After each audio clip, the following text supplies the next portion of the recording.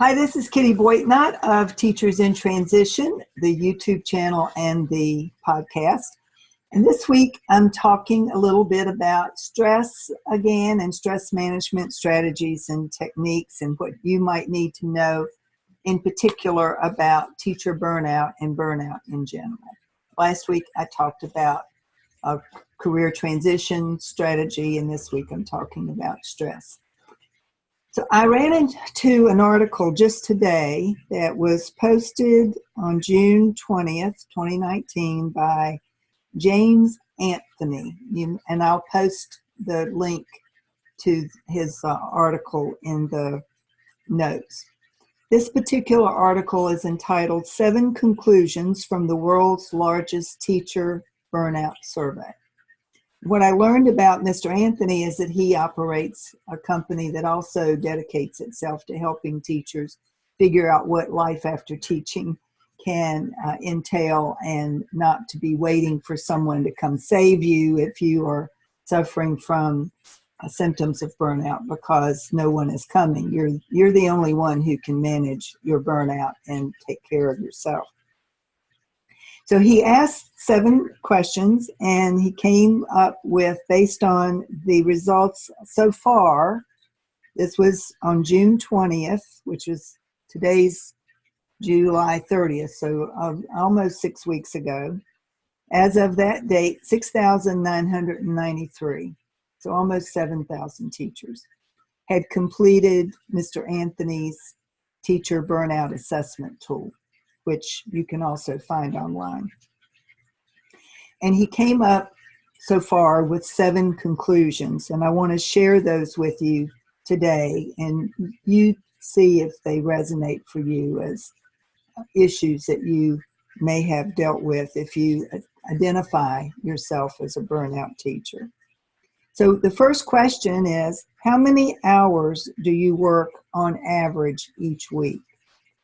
And the responses were 12% 35 hours, 38% 40 to 45 hours, 46% 50 plus hours, and then 4% I work every moment I'm awake, which means when they're not asleep, they're awake, they're working. So he drew from that teachers just beginning the profession in the very start, the first 2 or 3 years of the profession, will be surprised at the level of commitment which the job requires. I'm assuming that what he determined was that newer teachers were working more hours than more veteran teachers each week, simply because they don't have the store of lesson plans and experience that they need to draw on as time goes on. It does become a little bit easier as you go, but it's still, for a lot of teachers, even the more veteran teachers, they're working many hours a week in order to keep up with their workload. So another question that he asked, the second question was, are you sleeping easily, and how much do you sleep per night?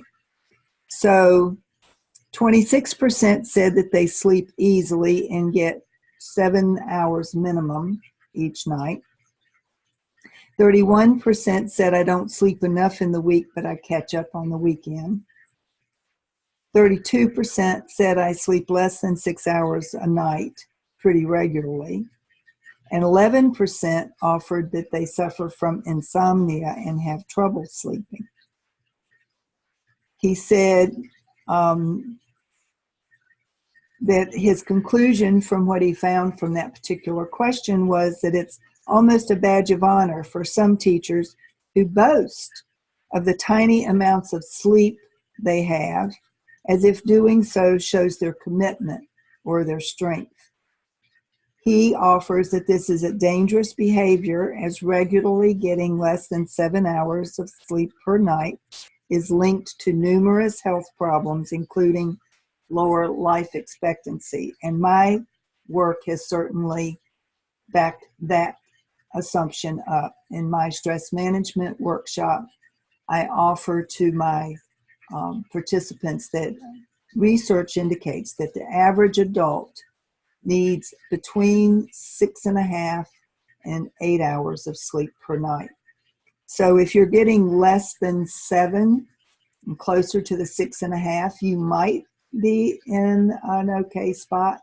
But if you're getting 6.5 hours of sleep and you're one of those people who needs 7 to 8 in order to operate at your maximum productivity, you're still not getting the sleep that you need.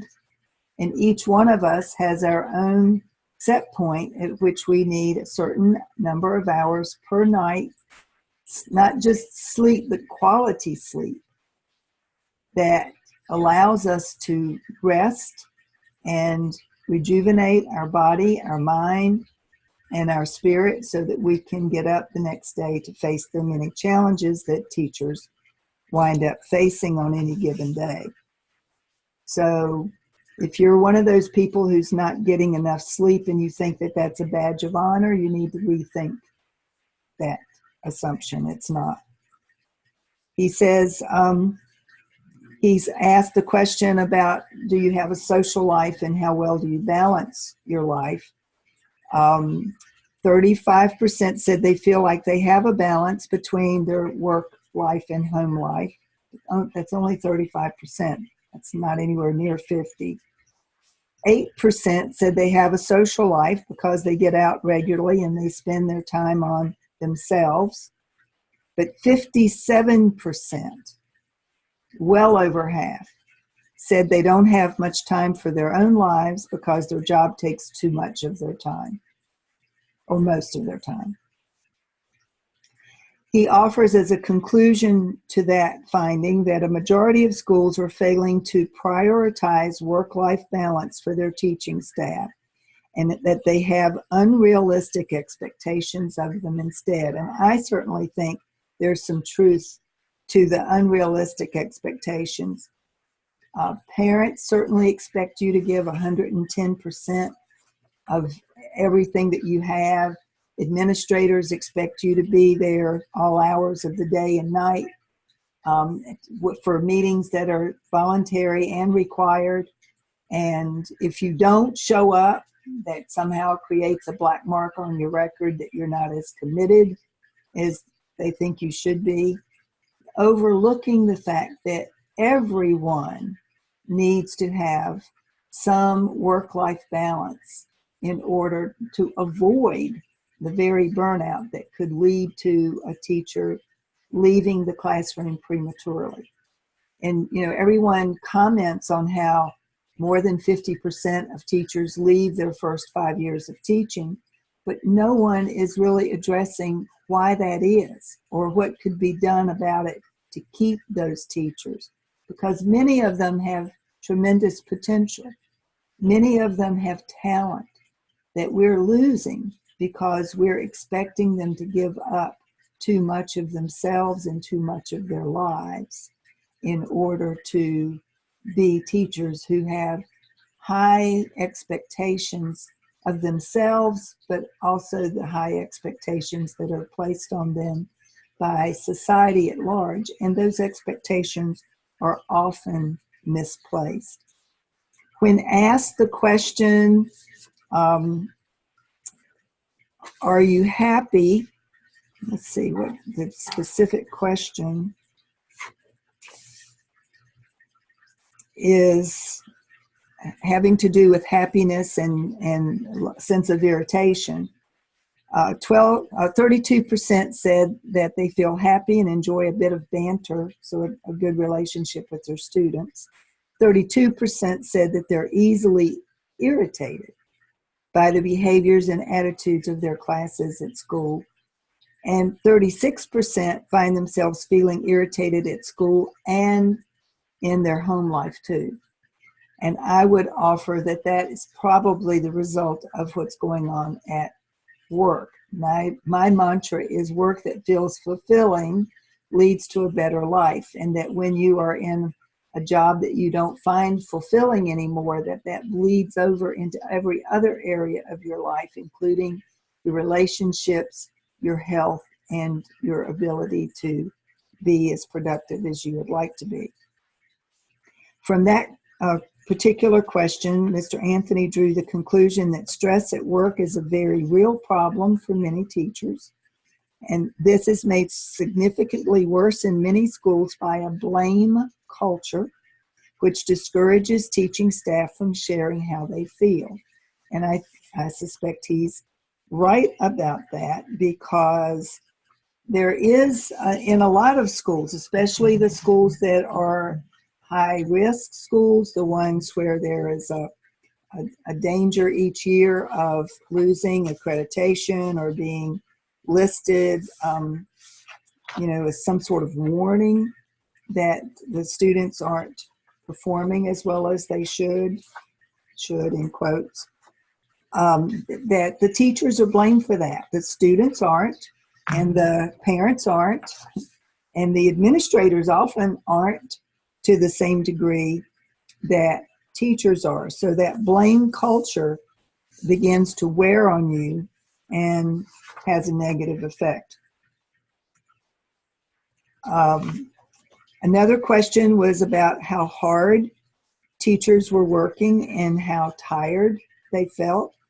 7% said that they work hard, but they have the energy to do the work.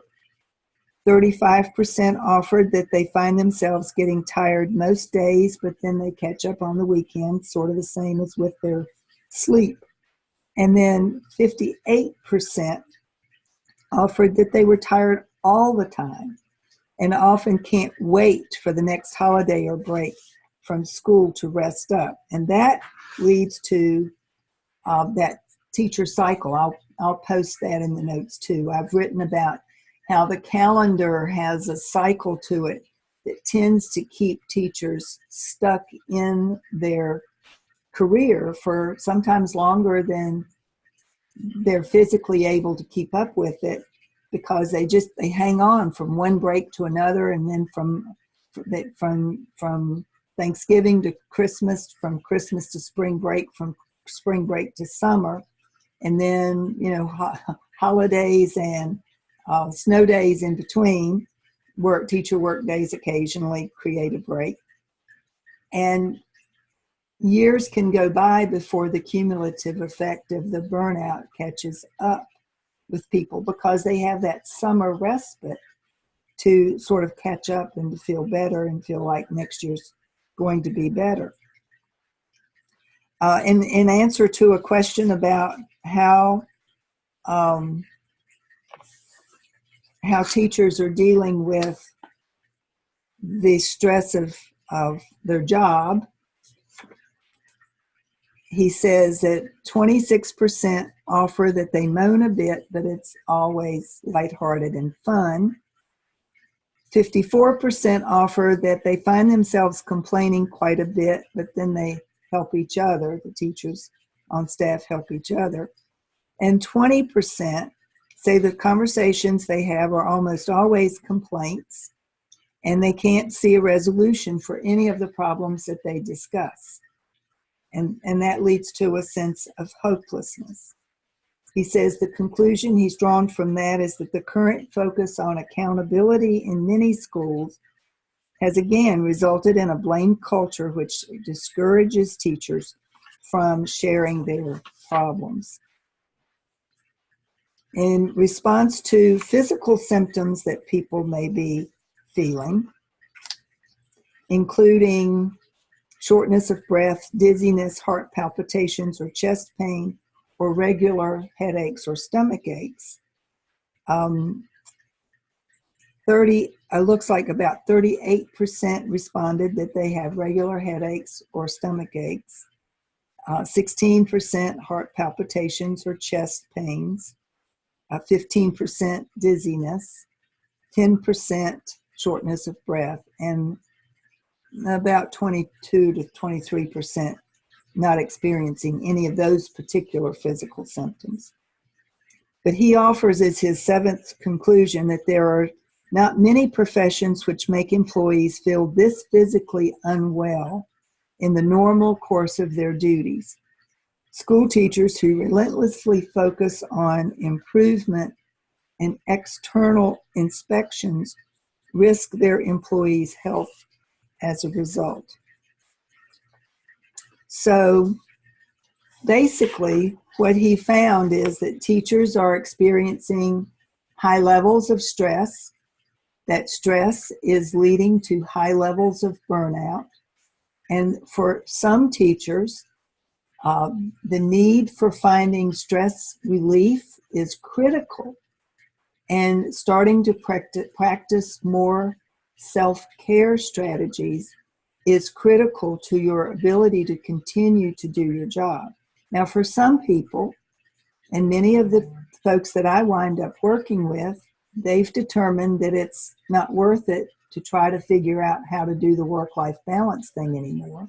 They just want to find a different job, one where they are not expected to work 60 to 70 hours a week, where they're not expected to give up an entire weekend for lesson planning and grading papers, a position where they're not required to do after-school duties like coaching the cheerleading squad, or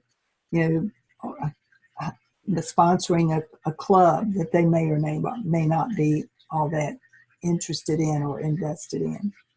That they want just to be able to go to work, do their job, and then come home so that they have more quality time to spend with their own family. Now, many teachers that I talk to share the concern that sometimes they feel like their own children are getting the short end of the stick because they're spending so much of their waking hours dealing with the severe problems of their students. And they're spending hours after school tutoring or doing remediation with some of their students, trying to get them ready to pass the test. And it comes at the expense of their own family. And it becomes a hardship at some point. Now, I had one newlywed say to me once a while back that she didn't feel like she had time for her new husband. She said, I never get to see him during the week because I'm always at school. She was a drama and theater teacher in addition to being an English teacher.